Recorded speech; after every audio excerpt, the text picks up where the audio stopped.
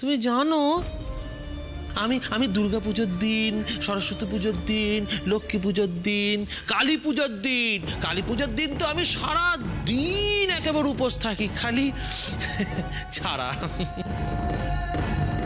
আমার ভক্তি নেই কেউ বলতে পারবে। পরিষ্কার করে বলো অর্জুন, তুমি এক্ষুনি এই বাড়ি থেকে যাবে কিনা, না হলে আমি ফোন করে অবনকে ডাকছি, থানা পুলিশ যা করার ও এসে করবে। আপনাদের মন না বড্ড অপরিষ্কার, একটু সাবান দিয়ে কেচে পরিষ্কার করে নিন মনটাকে। আরে আমি কি ভুলটা চাইছি বলুন তো?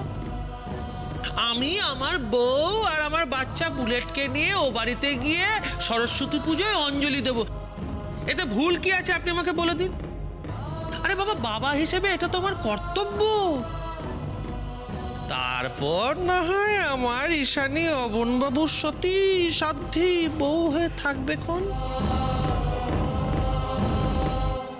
না না, আমি যাব না, আমি তোমার সাথে কোথাও যাব না, আর আমি তোমাকেও ওই বাড়িতে যেতে দেব না। জানোর একটা, এই তুমি মরো না, তুমি মরলে আমরা সবাই শান্তি পাই, আমরা মরে যাও তুমি। ছোটবেলা থেকে শিক্ষা দীক্ষা কিচ্ছু দেননি নাকি?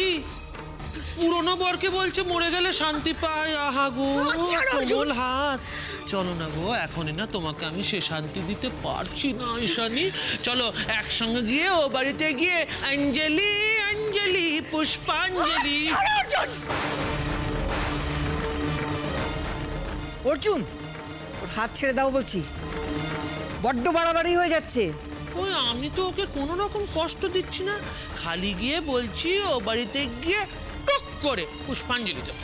এই এই জয় জানতে হয় তার একটা, আমার বোনের হাত ছাড়ো, ইনুর হাত ছাড়ো তুমি। অর্জুন বলি আমার বোনের হাতটা ছাড়ো, ছাড়ো বলছি, ছাড়ো। অর্জুন, আমি শেষবারের মতো বলছি, তুমি ইনুর হাত ছেড়ে দাও, না হলে কিন্তু। না হলে কি করবেন?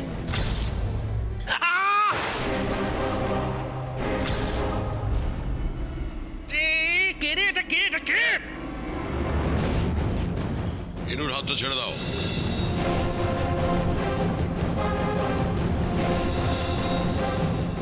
না হলে তোমার হাতটা আমি ভেঙে দেবো।